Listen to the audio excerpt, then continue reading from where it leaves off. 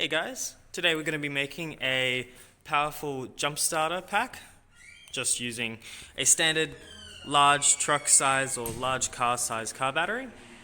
Okay, let's just go over the parts that we're going to need. I am choosing to reuse the clamps from an old jump starter. This one's completely dead, does not work, but we can still use the wiring. Drill bits, cordless drill, piece of paper, a N70ZZ size battery. You can use either terminal orientation, it really doesn't matter. 2 terminals, positive and negative in terms of size. Good set of wire cutters.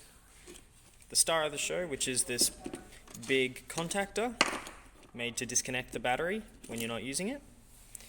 A C-Tech Pro battery charger. I'm using the 7 amp one. It's probably too big, but it's on the oversize, so it'll charge the battery pretty quick. Battery box, this one's $30-40, so not bad at all.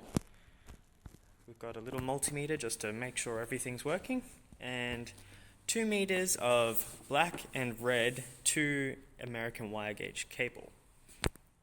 To start with, I'm going to prepare the clamps by cutting off their original wires. We're not going to use these anymore, so I'll just go in with the wire cutters.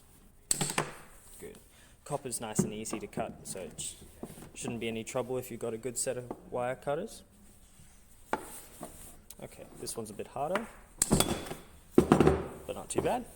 Make sure you keep the covers, just makes it look cleaner when it's fully built. And once you're finished with the old thing, into the trash. Our next step is to prepare the battery box by making the cutout so that this solenoid or contactor or whatever can sit there.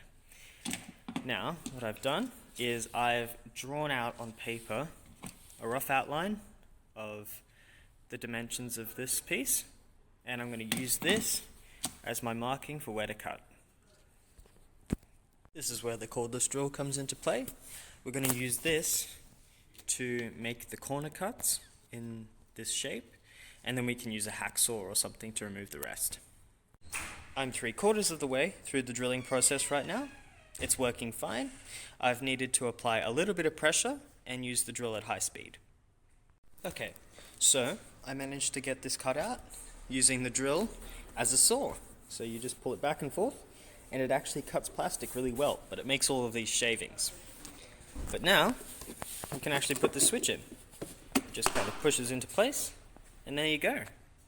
To finish this stage, I drilled the holes for the mounting bolts, and I'll just screw those bolts in. Okay, so I've put the screws in now. This is relatively tightly mounted, not going anywhere. I've made sure to position it so that the key, when it's on, points that way, and then when it's off, it's that way. That's just for neatness. It's personal choice. You can pick another orientation. That's just what I wanted. Now we're going to prepare the cables. Let me just grab the negative one. Here we go. So I'm going to strip the ends off the wires, and we'll attach the clamps and also these ring terminals. So something to remember is you've got to put on the terminal covers or the clamp covers on the wire before you attach it.